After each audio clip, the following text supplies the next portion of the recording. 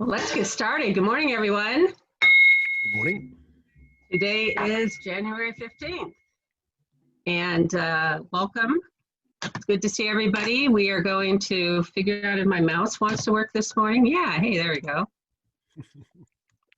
And I thought I would share this morning in celebration of Dr. Martin Luther King Day coming up and his birthday and legacy, and thinking a lot about the brilliance of nonviolent protest and just what he did for us and what still needs to continue to be done. It's our vision, Rotary vision, of people uniting to create lasting change. And also our statement of diversity.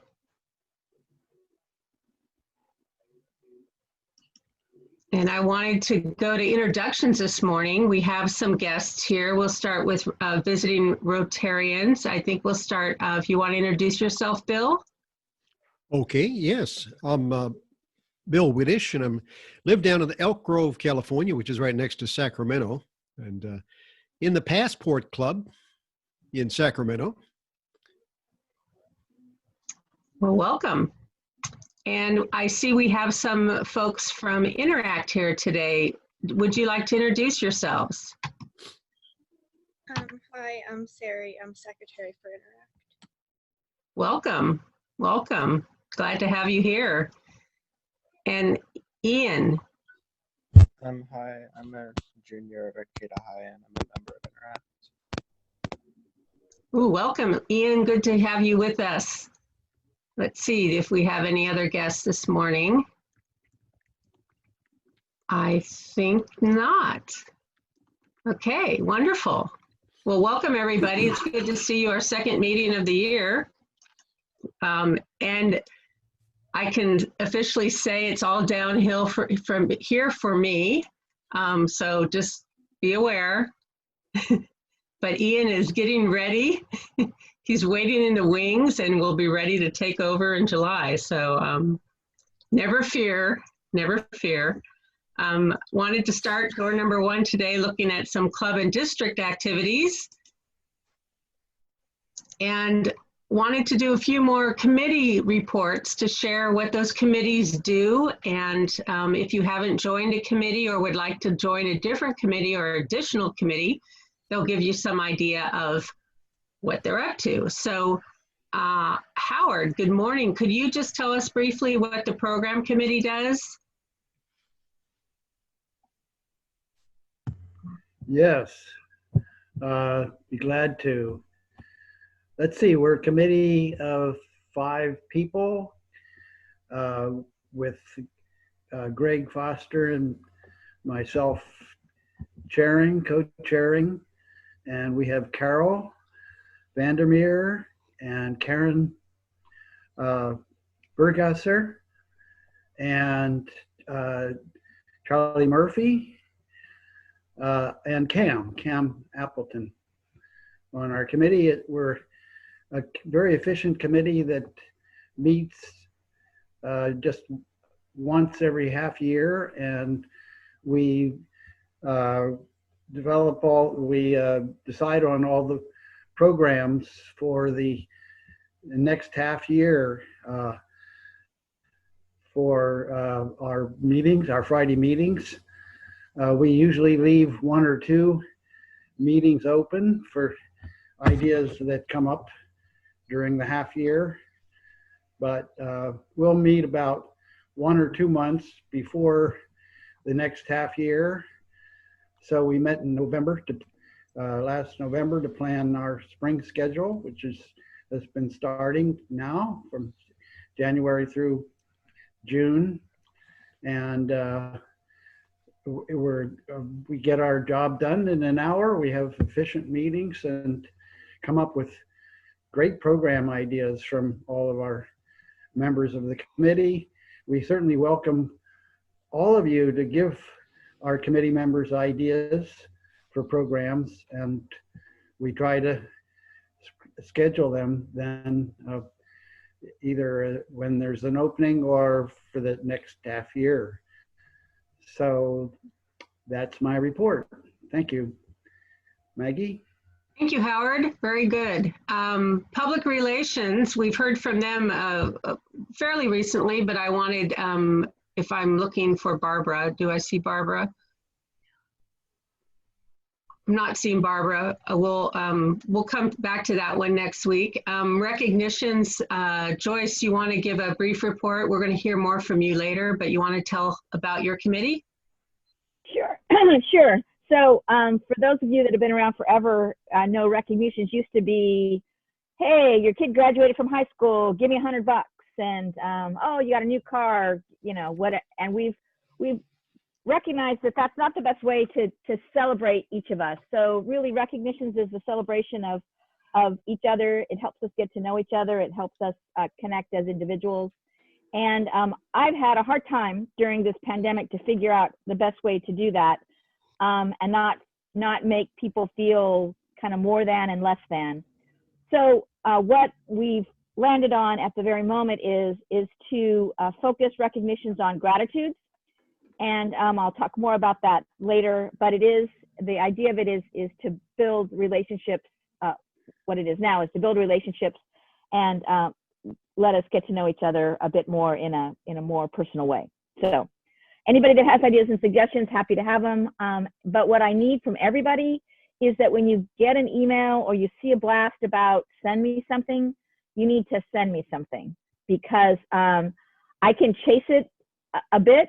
Some of the time, right now, I'm not a good chaser, so I need you to step up and respond so that we can really flourish.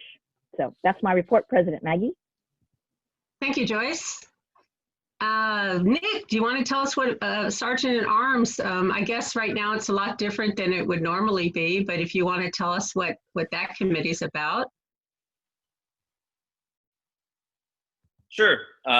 So Sergeant at Arms before the apocalypse was us setting up the meeting at Plaza Grill. We would set up all the banners and all that. We would take attendance. We would greet you.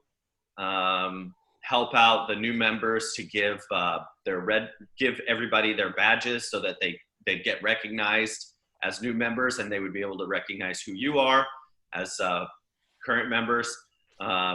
We would take your money, do raffle, and then we would take down the meetings as well. Occasionally, some years we would have to deal with technical issues, depending on how adept the president was with the technology. And now, currently, we still take attendance and still do the raffle. It's just a little different. That's pretty much what we do. Greet everybody and make sure all the meetings are set up correctly. Yeah, before my year started, the tech stuff, I was thinking, God, doing a PowerPoint every week, I'm not good at that. And this tech stuff, I don't know, it's going to be kind of, and then here I am. So, you have hey. better knowledge of it than I do, that's for sure now. Yeah, I don't know how to use the Zoom at all. So be careful what you fear, because life has a way of having you face your fears and succeeding. So it's a good lesson. I appreciate the lesson. Thank you. I guess. Randy, let's tell them what finance would be doing and hopefully will be doing soon. Did you say Randy or Brandy? I said Randy. Well, finance is, I haven't heard from the board, so finance has been on hiatus. So I have no news. Are we thinking of warming it back up? You are on hiatus, but I thought you could tell people what the committee would be doing and will be doing again soon, but probably not like imminently, but I'm hopeful for Ian's year. Oh, good. Okay, well, sure. The Financial Assistance Committee is used to be, I guess, before Howard's program committee was the most efficient committee in that we never met in person. Actually, we did during Howard's presidential year because that was a presidential decree. But what we do is we get local requests for needs in the local area from various groups, and then the committee meets via internet and deliberates over email. And then when the group had about a $7,000 budget before the apocalypse, so we would go through the budget and we would award it out in the community and contact the treasurer directly and have the funds sent directly to the recipients, and try to work with the public relations committee to have the public relations associated with the award or the gift. So it'd be things like youth programs, like Big Brothers Big Sisters would be an example, Lost Coast camp. Those are the types of things that we would fund. Thank you, Randy. So what it was like is when people were asking us directly for money rather than a service project, it tended to go to the finance committee to determine, whereas these other committees are often, also are donating money, but are also focused on trying to do direct service projects. So I think the club, when we had a big budget, we had money that we could set aside to respond to direct appeals for financial assistance. So hopefully we'll get back to that when we can do our fundraising regularly again. It was a great opportunity to deal with problems that come up in the community. Yeah. And infuse some quick cash. Right. Thank you, Randy. The last one we're going to do today is Interact. And I know there have been big changes there. And Nick, did you want to give Nick or who else is with Interact? And then we can see if we could hear from our interactors also. So it's Interact Rotaract. With Rotaract, they're kind of trying to trudge along and maintain the few members that they have. They're really core members. So they still continue to have meetings every Wednesday. They're not really very active just because there are very few meetings and their members don't really want to mix with a lot of people. So that's understandable. So they're just barely kind of hanging on and waiting this thing out.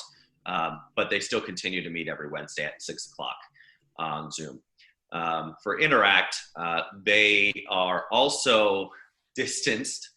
They have a lot of hoops to jump through in order to get permission from the school to do any projects, but the school is being very helpful and allowing their students to do a few projects. We have been, basically the Interact is the high school students, Rotaract is the 18 to 30-year-olds, equivalent to Rotary.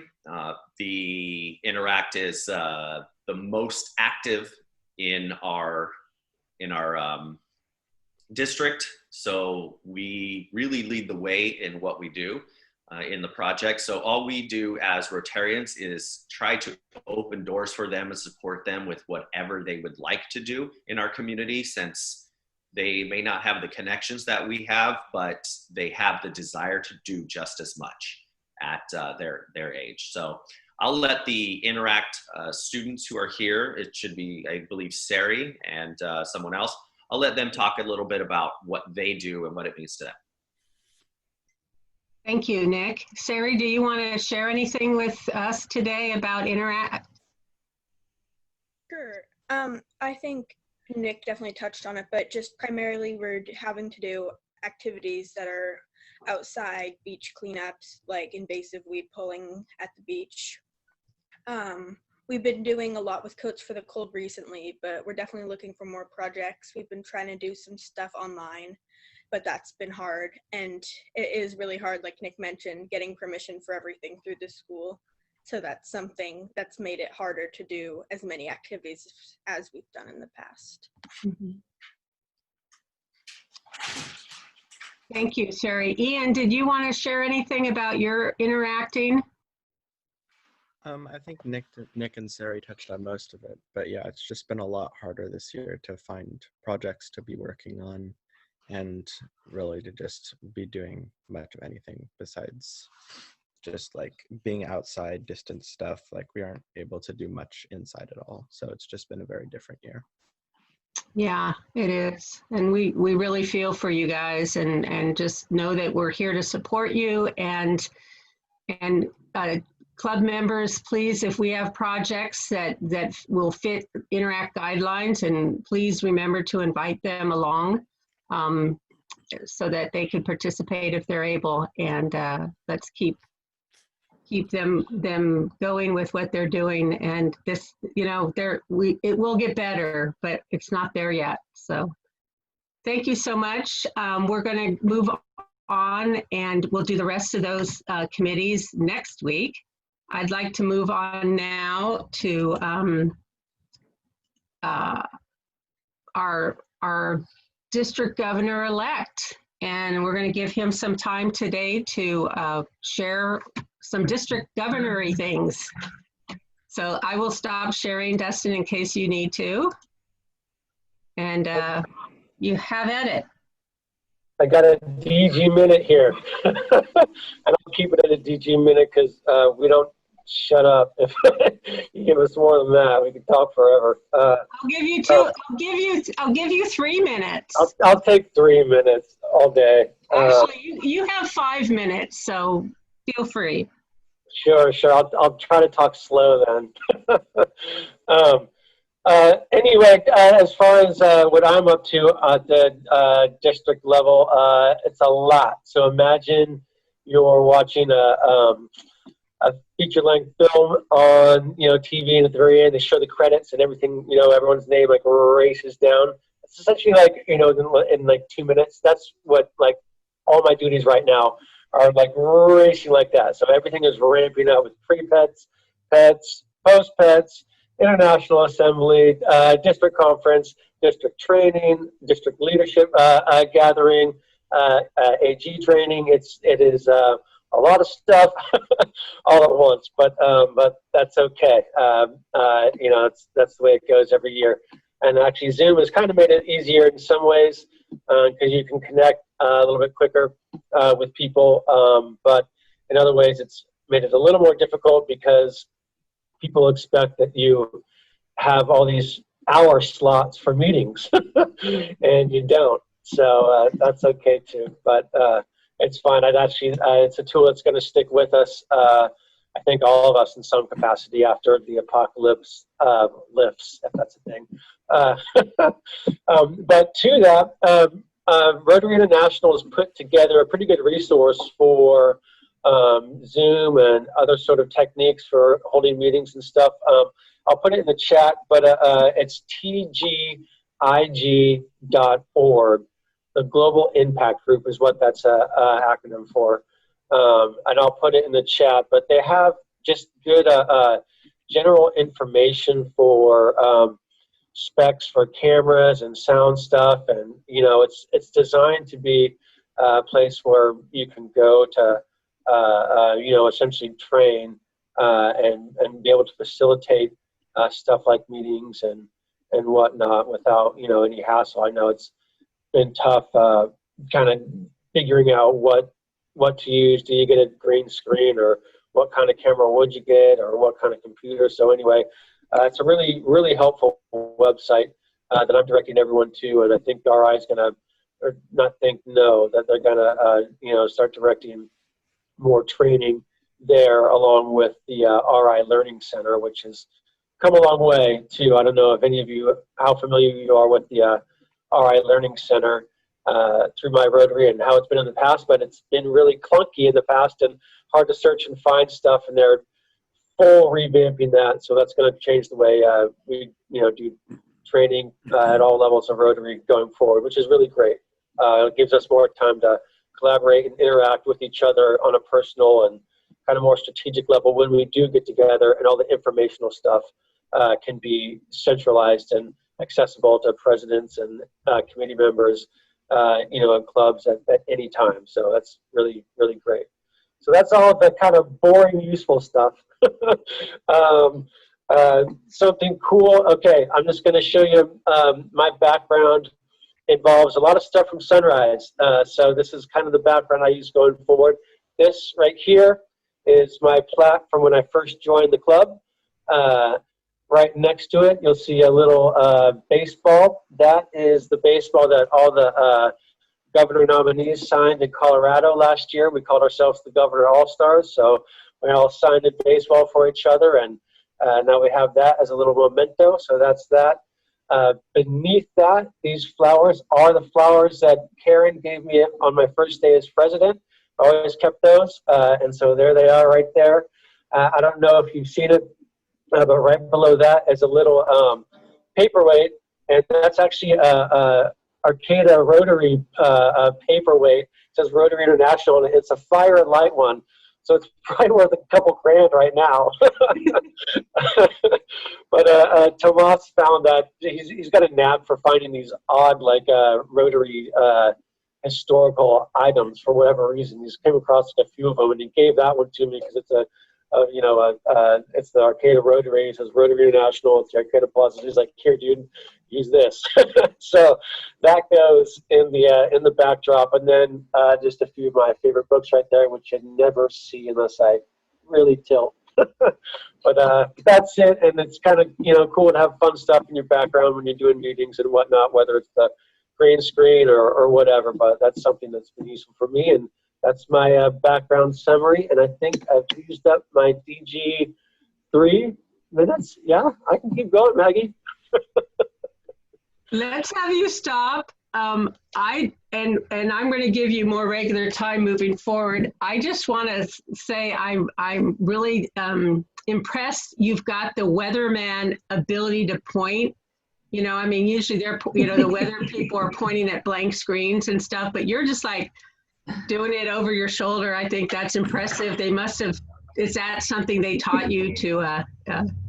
That's a district governor skill set. But I like it. I like it. That means a lot to me because when I was in high school, my dream job was to be the weatherman. So I will take that.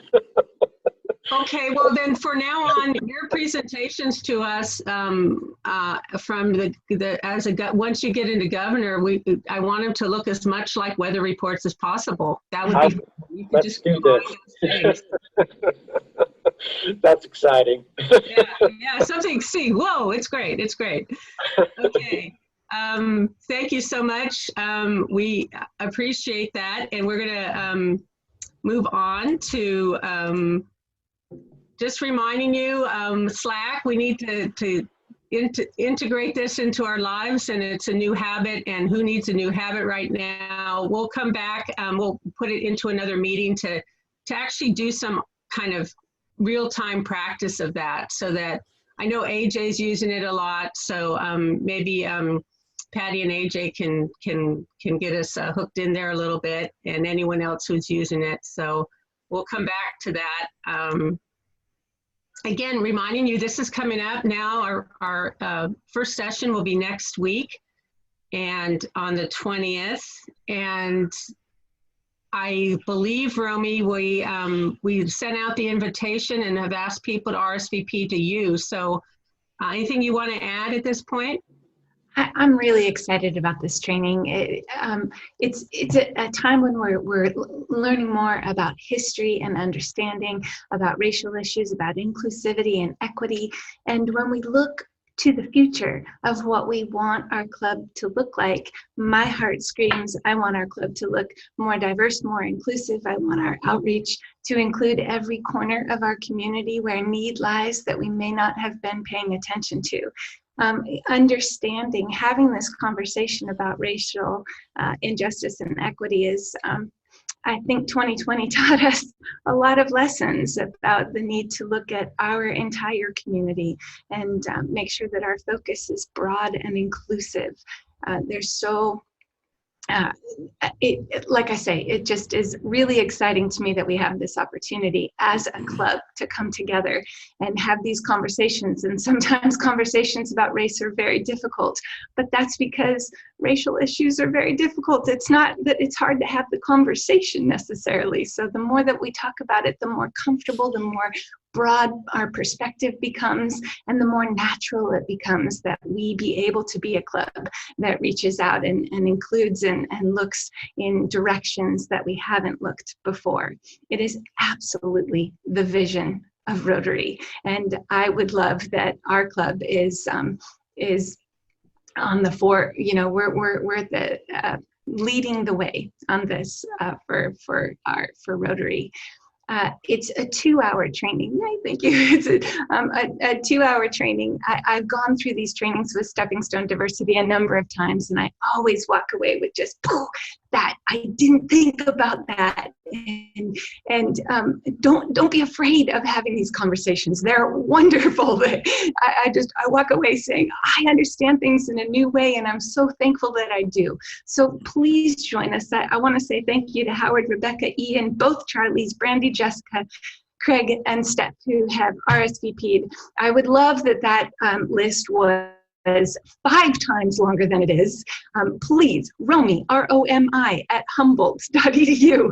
Send me your email and say I'm in. Even if you can't go to both of them, just join us and be part of this conversation. This is the future of our club, of Rotary, to be inclusive, to recognize all the need in our community. Join us in this conversation, please. I'm super excited that this is the way that we're kicking it off. I'm so thankful to our board for approving to pay for this training. Please take advantage of it with me. Thank you. Well said. Well said. Please remember, I'm going to be there. I obviously haven't RSVP'd. So there's a lot of us out there who probably said, oh yeah, I'm going, and forgot to respond to that email. So let's do that, and let's learn together, and let's grow together. Thank you, Romy. Well, we did some backpacks. This is the team that did it this last time, and I know Scott did it so he would be able to tell us what he did on his birthday. Because I know we've all been having trouble saying, hey, what did I do on my birthday? So Scott got to hang out with his son and put the backpacks together. And it's coming up again next week. So I know we have people signed up. Keep signing up, folks. We want to get this food out to these kids every week. We got to do it. And we also have the Meals for Seniors that we do every week, that we deliver meals to a small group of seniors right now who get their food from the senior center. So Amanda is the one that is keeping track of that for us. And they get more than bread. In fact, I don't know if they get any bread, but they get food. So, oh, and not just feeding older adults, but also feeding Rotarians. We had a great session fellowship. And the pictures kind of tell you that people were having a good time.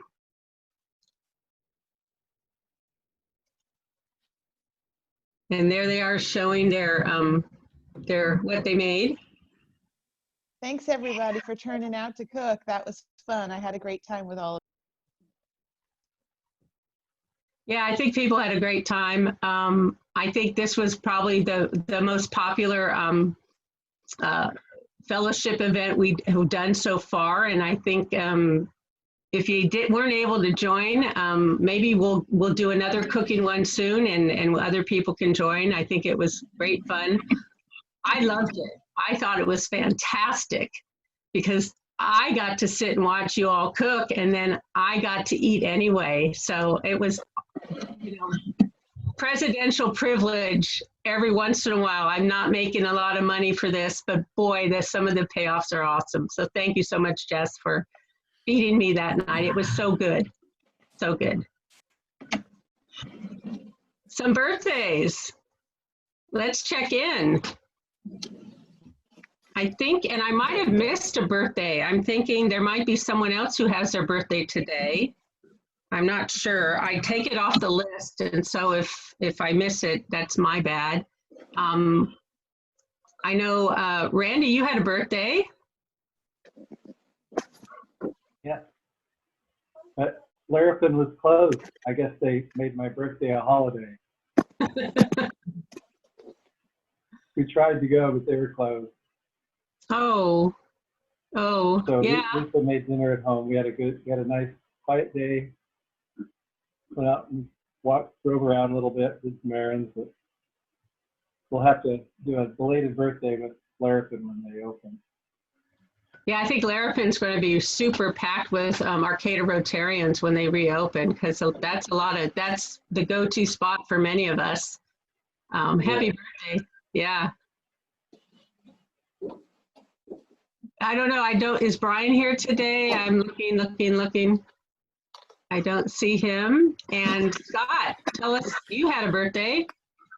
I did. Yeah, I did. Like you showed the picture, I went and got the backpack for kids stuff, and Michael and I packed them in my garage and used our protocols, masks and gloves and all that. And then I delivered yesterday to the schools too. So I felt like I've gotten a lot of gifts in my life, and one thing I could do for my birthday was give back. So we did have a nice dinner. Robin cooked me something really good. We had some friends over. Everybody got a gift but me. And yeah, I got the gift of friendship. So it was a really good day. Felt very warm and fuzzy for my birthday. It was good. And if I could suggest that people take on the Backpacks for Kids program, it took one person 30 minutes. It took to collect everything and bring it back here. And then it took two people another 30 minutes to pack the backpacks. And then it takes another 30 minutes the next day to deliver them. So it's a no-brainer. It's easy to do. It's a very important, very special thing. The schools love seeing you come and bring the stuff, and it's really easy to do. So I suggest everybody does it. Absolutely. And I would just want to say, so Scott, so it sounds like your birthday was kind of like the Christmas where the mother says, and I got a robe. No, I didn't want anything. I mean, 58 years of birthdays. I've got my friends and family and a lot of special gifts in other areas, and I don't need any more stuff. So it was more about just feeling good about the day and doing something for everybody else. Yeah, it was good. Jessica said something about it too, and she reminded me that I think she said something when you asked.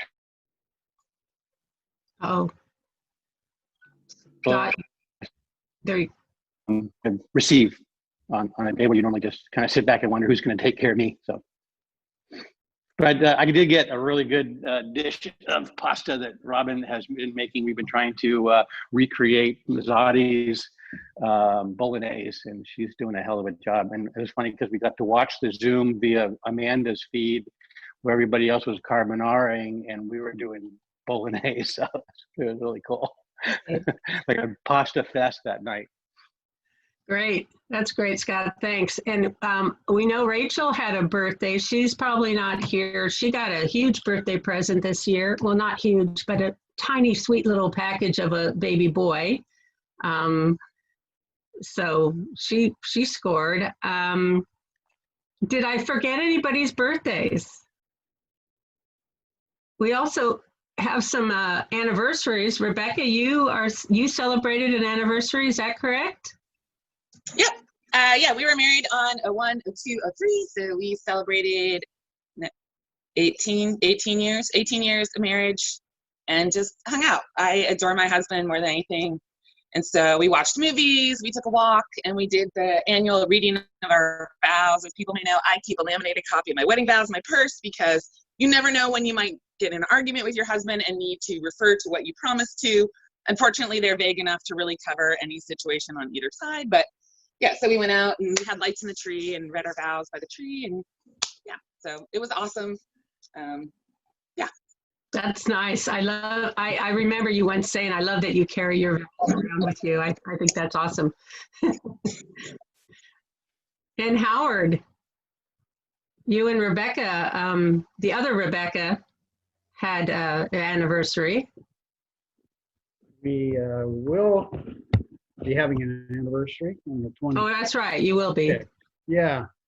And we were married in 1985 in the Redwoods. And one of my colleagues at work came jogging by during the ceremony, and we pronounced him best jogger for our wedding. So I remember that event very fondly. We're very fortunate to be alive and healthy, and we both had some health issues this year, which have been resolved, and also our children are young adults and doing well with meaningful careers, and each of them has bought or is buying a house this year. So I feel that our job as parents has been somewhat completed. So life is good, and thanks for Maggie for letting me tell you about this.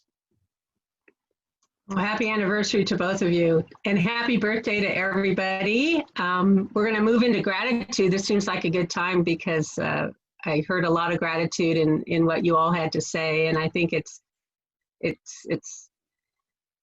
keeps us going and keeps perspective. So Joyce, I'm turning it over to you for a few minutes here. So thanks. Here's the plan. The plan is that two members will each, whenever Maggie gives us 5 minutes, and hopefully that's as regular as can be, so 2.5 minutes each for people to say, the idea is 3 gratitudes, but you can maybe expand or contract, but within your time frame. And so at the end of your gratitude, you get to tap somebody on the shoulder for the next week. I'll keep track and try to remind. And the only thing obviously is by committing to the next week, if you're not going to be there, to tap somebody else and let me know.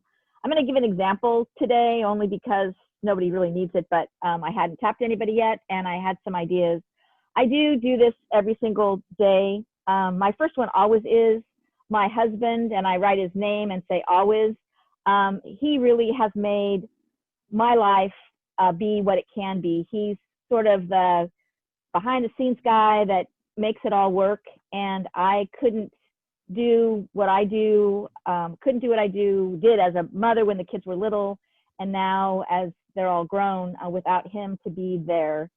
And so that's the first one. The second one I generally do is my daughters, who, like Howard, they've grown up to be happy, healthy citizens doing meaningful work. But I always remind myself how amazing it is to have your heart be walking around in somebody else's body.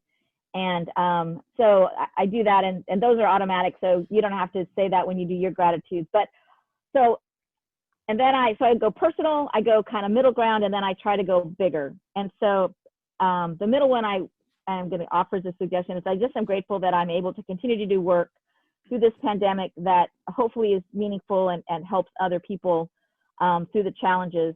And that reminds me, as the day goes and I hit the office that can be crazy, that I am grateful that I have this opportunity to do that. And the third one, and it kind of came with all the craziness going on in our country, is I am proud to live in a country that was founded on aspiration to be better. And the fact is that I think when the people wrote the Declaration of Independence, they knew they weren't perfect, but they aspired to something more. And so the beginning of that says, we hold these truths to be self-evident, that all men are created equal, that we are endowed by their creator with certain unalienable rights, the right to life, liberty, and the pursuit of happiness. And the fact is that it certainly wasn't perfect then. But they gave us room to grow into being a more perfect union and more perfect to each other and all those things. And so what I say to myself every day and to people that I come across when we're having challenging times is, well, I'm not perfect and I won't expect anybody else to be, but I also expect you to try to make the next minute better than the last. And I think that's where we are. And I'm grateful that that is the footwork, the grounding of our country. And I think it gives us a great jumping off point. So those are my gratitudes for today, and they don't have to be that big. They can be whatever you want them to be. And next week, I am tapping Randy Mendosa and Vanessa Griffin to be our gratitude recognitions. And what I would ask you all to do, even though you're not on screen, is maybe say a few gratitudes to get yourself in the right frame of mind for the day. And I also am grateful for all of you and something to come to every Friday, even though I don't always make it in the best of circumstances. I've started coming to my office now so that I can, the transition from meeting to work has always been a challenge. So I decided that with the aspiration that someday we're going to be in the same room, I better start getting up and getting dressed and getting somewhere so that I'm not just in my pajamas at 7 o'clock in the morning with the video off, still wandering around getting ready. So I'm also trying to get here so that I am in good practice for when we all get together again. So anyway, that's the plan for now, and we will morph again when we are in a different place. But I thought that was good for us for now. So thank you again, President Maggie, and we're looking forward to next time. So thanks, everyone. That's wonderful, Joyce. Thank you. Love it. And next week, we will have some more gratitude. Thank you for starting this off with the new year. So I've got to skip that. We're going to go to, other than to say sign up for the walking running challenge with Lori, and we'll hear more about that next week. Raffle. Nick, you ready for this? Yep, I sure am. All right, so today's big prize is $105 and the $25 gift certificate to Kinetic Coffee. Let's see who the winner is today. We have Craig. Let's see if you're going to win the big pot. Oh, $5 and $1 on the table. We'll skip the $1 on the table just because raffle is already $5 and we more than make that up. All right, thank you guys. Craig, I'll send you that $5 through Venmo. Thank you guys for participating and good luck next week. Thank you, Nick. And we're going now to, and I apologize, we're a couple minutes behind schedule, and but we're going to hear from our speaker this morning. I sent the information about him and what he was going to speak about, so I'm going to let him jump right to it. And welcome, whoops, don't look at that, don't look at that. Everyone close your eyes. Welcome, Dr. Bill Wittich, to our meeting, and we look forward to hearing what you have to say for us. I'm going to stop sharing in case you need to share, and it's all you, Bill. Thank you. Okay, thank you very much for having me today. Stop recruiting, start attracting. An interesting concept because as a Rotarian for years, I ran all over town looking for Rotarians, someone to join the club. I was always recruiting. Now, if I look at the word recruitment, to me it means finding someone who may be interested in joining the club. Key words, you go find them. That's recruitment to me. Attraction is very different. Attraction means drawing a person toward membership. The key word being they find you. Now, if I just stopped right there for a minute, recruitment means you go find them. Attraction means they find you. Now, let me, if I was sitting there with you at breakfast, I'd ask you two big questions. One is, why do you want new members? Now, if I ask that question, and I do this a lot when I'm visiting clubs, why do they want new members? Three things come up regularly. One is new members bring us new ideas, new projects, new events, new things to do. Or you say, we do a lot of service. So I think more members would give us more help, more people to do all that work. Or maybe because you are a fellowship-driven organization, I could tell that by spending the time with you this morning, we would find, if I had more members, more friends. So those three are very important. Why do you want new members? New ideas, more help, more friends. But let me turn that around now and say, I want to ask you the attraction question. Why do they want us? Whoa, all of a sudden I've got 5 things that come up all the time when I ask that question, why do they want us? One is, and I'm talking today primarily about young professionals. Now, when I say young, I'm talking 20s, 30s, and 40s, because most of our clubs are made up of people who are in their 50s or 60s in lots of cases. We're not bringing in as many young professionals as we should be.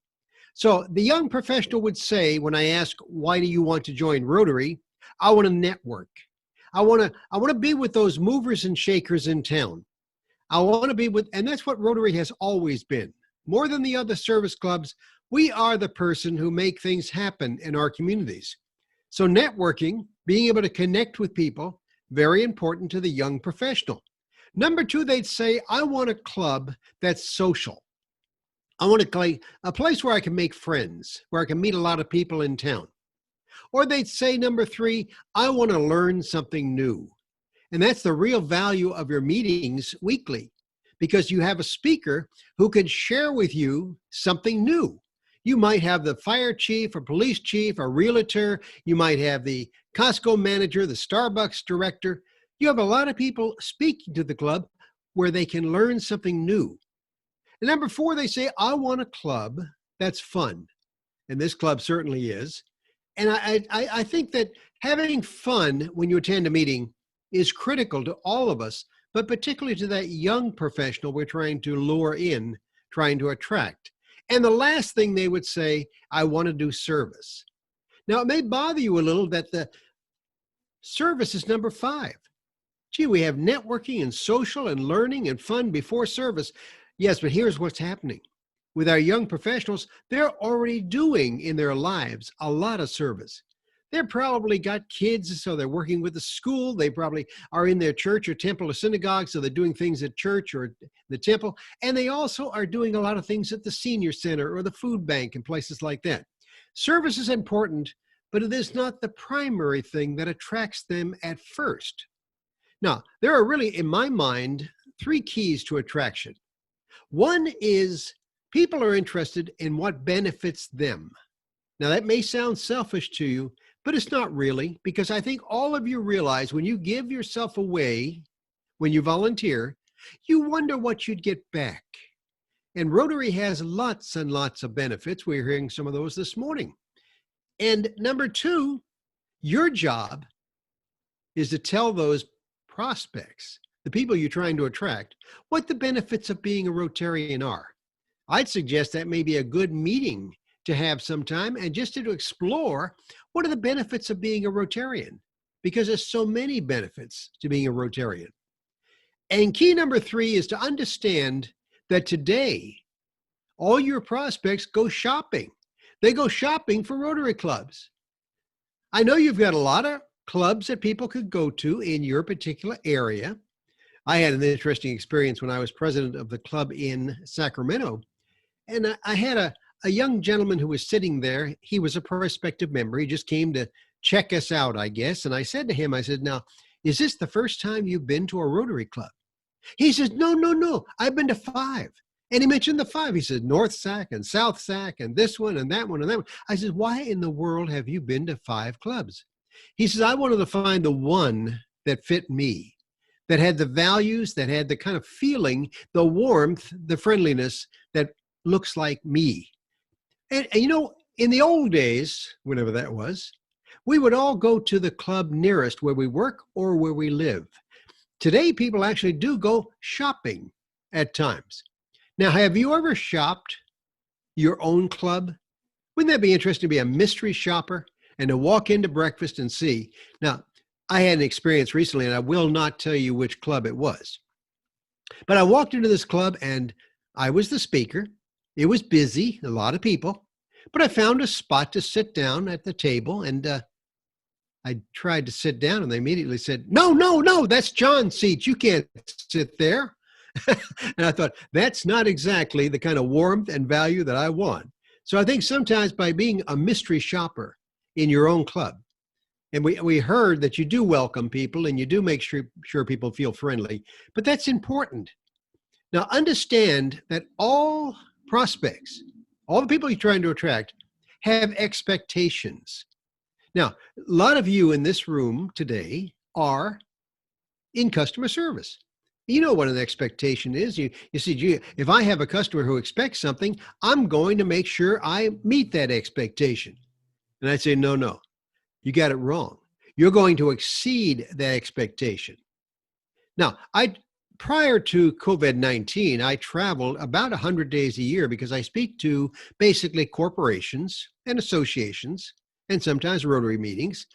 And I was in Chicago about a year ago before pandemic, and I was staying at the Grand Hyatt on Michigan Avenue.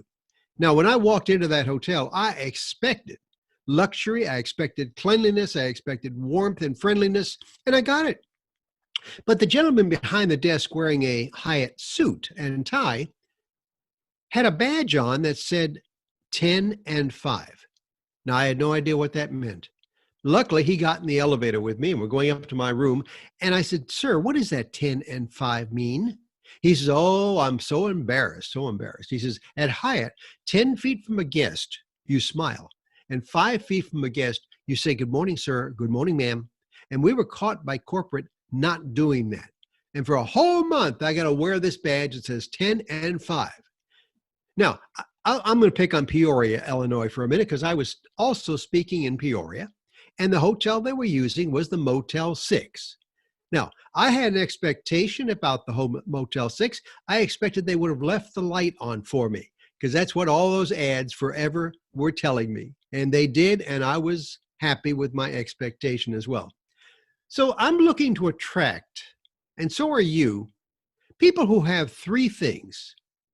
One is a business attitude.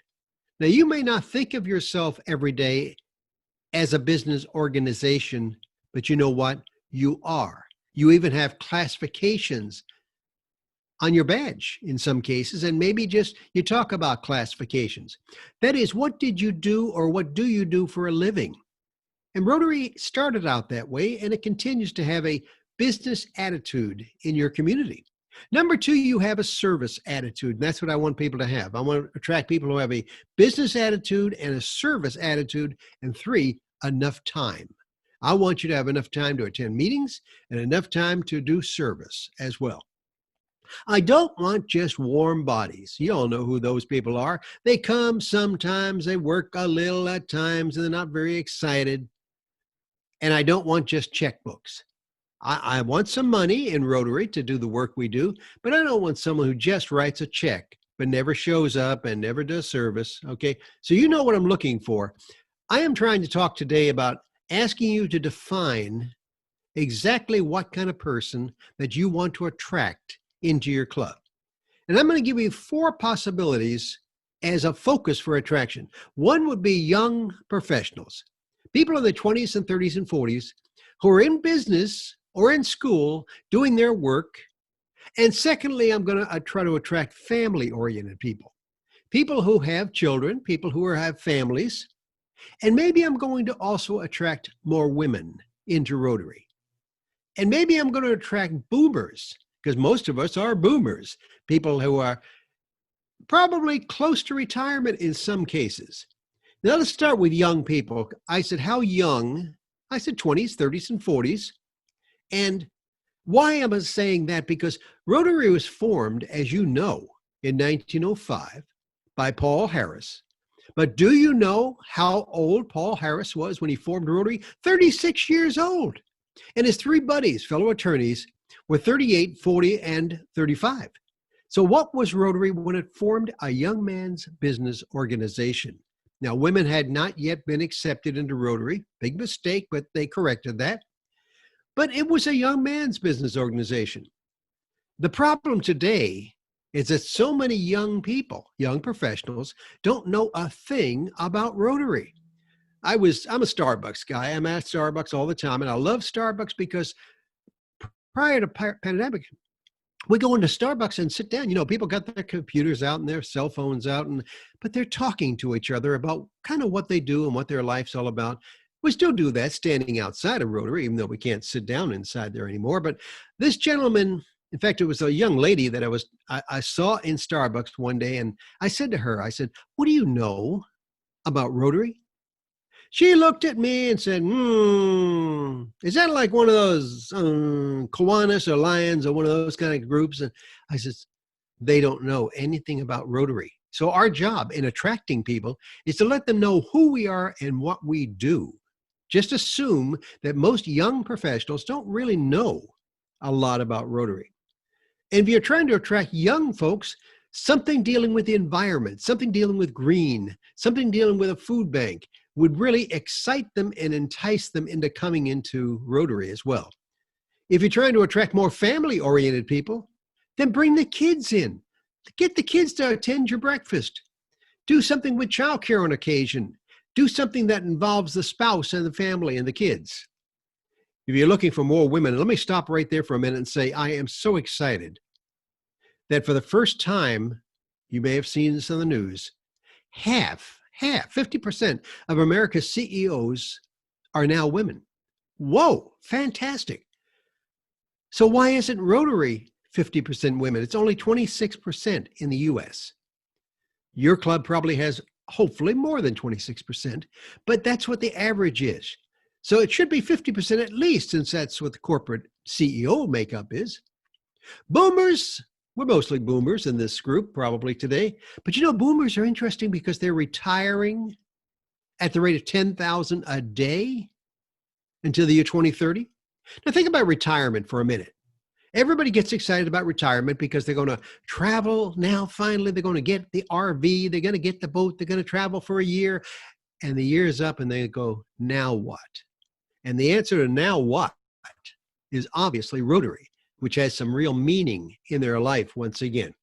So I'm suggesting today it's important to define the groups that you want to attract so you can tailor your attraction methods to them. Now, take a look at your current membership. I was looking today at the various people that I could see on the Zoom screen. And how would you define your current members? Well, you know that. You know how many women you have. You know what your diversity is, what your inclusion is. You know how you reflect the community. And are you trying to attract more of the same? Listening to your Rotaract leader, she was talking about trying to improve diversity in your organization. And you're probably pretty good there, but could certainly be better at this point. Now, as I begin to wrap up, I'm going to give you some suggestions about where you can attract new members.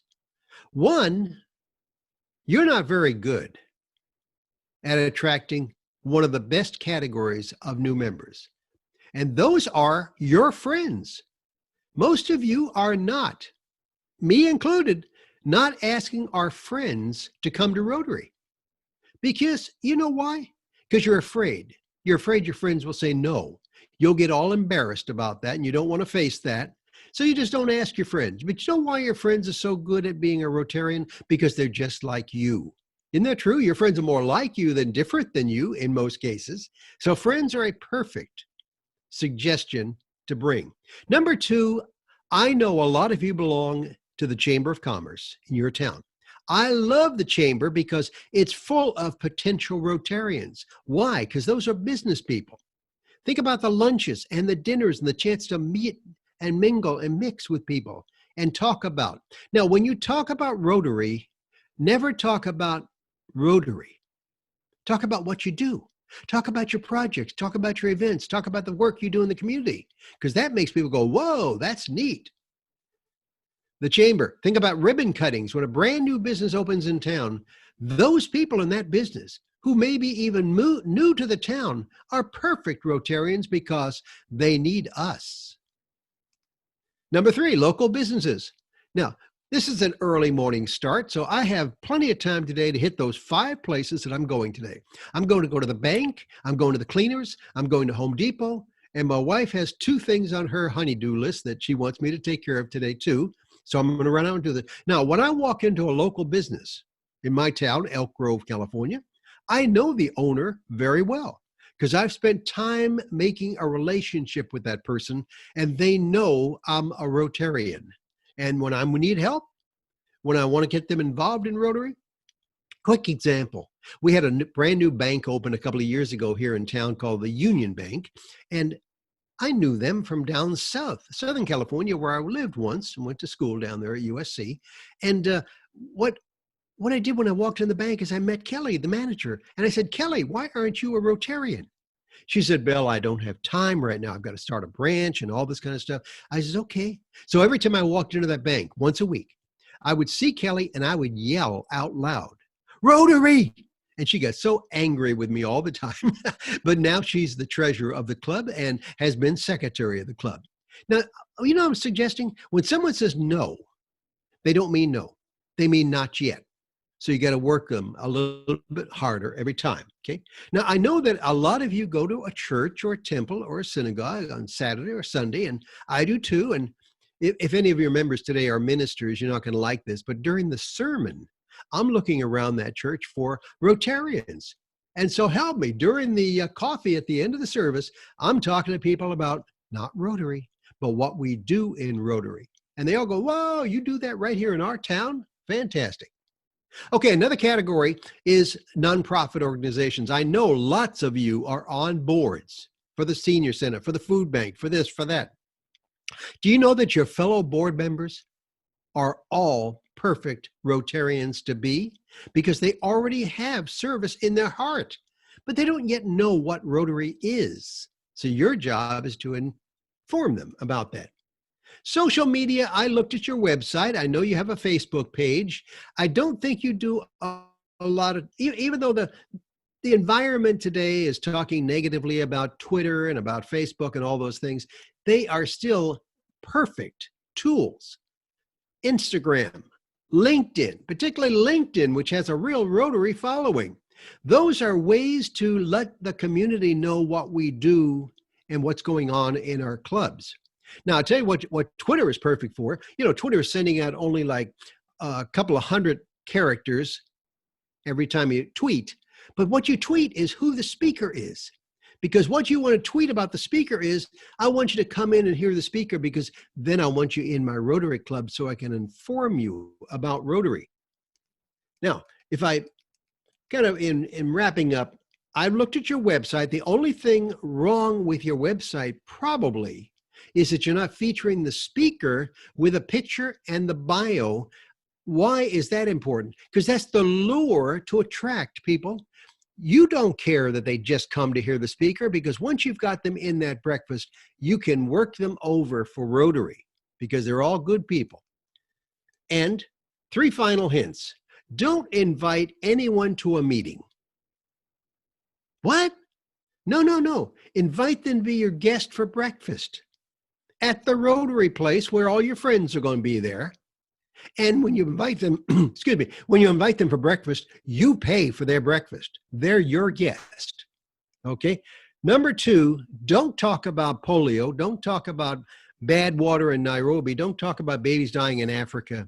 Talk about what you do in your town, because that's exactly what people think. Oh man, you do that right here where I live? Yes, that's right. Exactly. Now, when you get them to be Rotarians, then you talk about eliminating polio and clean water and about babies dying in Africa and all those kinds of things that you normally talk about. And lastly, listen for the word try. You know how you ask someone, I asked Kelly, the manager, and she said, Bill, I'll try to be there. I said, wait a minute. You're not going to try. I'm going to pick you up at 6:45, and I'm going to bring you to breakfast with my friends at Rotary, and I'm going to pay for it. Okay, I think you probably are going to throw some things at me, sticks or bones or whatever you got. So I'm ready for any questions you may have or any frustrations you want to express. I'm all yours. Thank you, Bill. Yeah, I think people's heads are kind of taking this in and thinking about it, and we've done a good job in some ways, but I wonder if there's any questions people have. We went over time, and I appreciate all of you for staying. That was my fault that I don't know how to control you guys sometimes. But any questions for our speaker, please? Anybody or comments?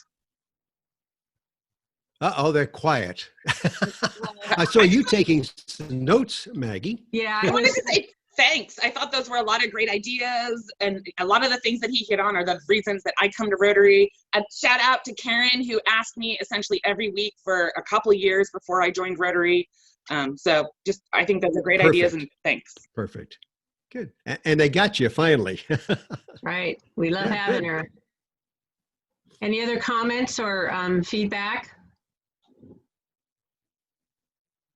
Yeah. I think our club is close to 50% women, and that's and, fantastic. Yeah. That's so unusual. Yeah. And I think our club also has a very large percentage of people under 50. The young professionals I'm talking about. That's right. Yeah. Exactly. Yeah. Yeah. Yeah. It's amazing. It's amazing how many clubs I visit that are basically all about 70 years old, all white men. So we're learning how to grow diversity in our clubs. Yeah. Yeah. And Jose, one of our members commented that it's, you've told us now that 50 is old. So, well, it's older than 20, that's for sure. Yeah, it's all relative. It really is. Yes, it is. Well, we thank you so much for being here with us. We appreciate you coming, and it's always good for us to be thinking about this and about how to do it, and who to attract and how to go about it. So thank you so much. Thank you, and I've enjoyed my session with you. I enjoyed hearing all of your meeting before I started, so that was nice. Thank you. Yeah, thank you for that. And in your honor, we are going to make a donation to a local nonprofit, Tri-County Independent Living. Oh, good, thank you. Who support people with disabilities in living independent lives in our community. So thank you so much. We went late, guys. I owe you 7 minutes. You'll never get it from me. You can't prove it other than me just saying it on this recording. But thank you so much, everybody, for today. And we will see you. Have a good weekend and take care of yourselves and others. Bye, everyone.